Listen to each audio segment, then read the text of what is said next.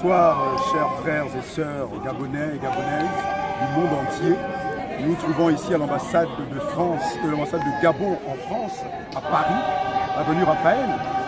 Nous sommes mobilisés comme tous les Gabonais du monde entier pour faire chuter le régime, ce régime d'oppression. Je me présente, je suis le prophète Quentin de l'église d'Oran des Délices, sous la responsabilité du révérend prophète Amos. Nous avons été déjà interpellés depuis plusieurs années sur le devenir de la nation gabonaise.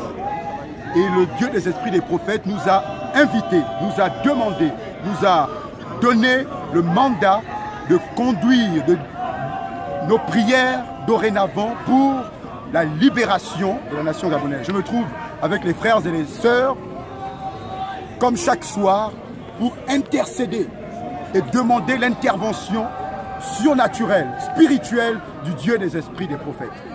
Vous savez, le combat que nous menons n'est pas juste un combat naturel. Nous luttons contre des forces, contre des principautés.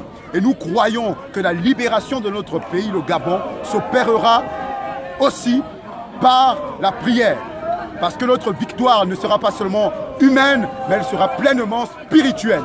Et donc j'invite tous les Gabonais de France, de l'île de France, à nous rejoindre tous les soirs pour intercéder pour cette nation.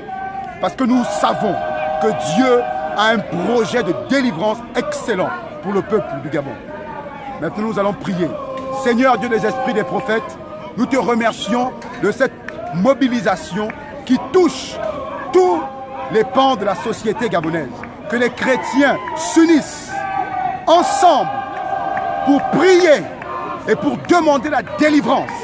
Parce que Dieu a prévu la délivrance de cette nation.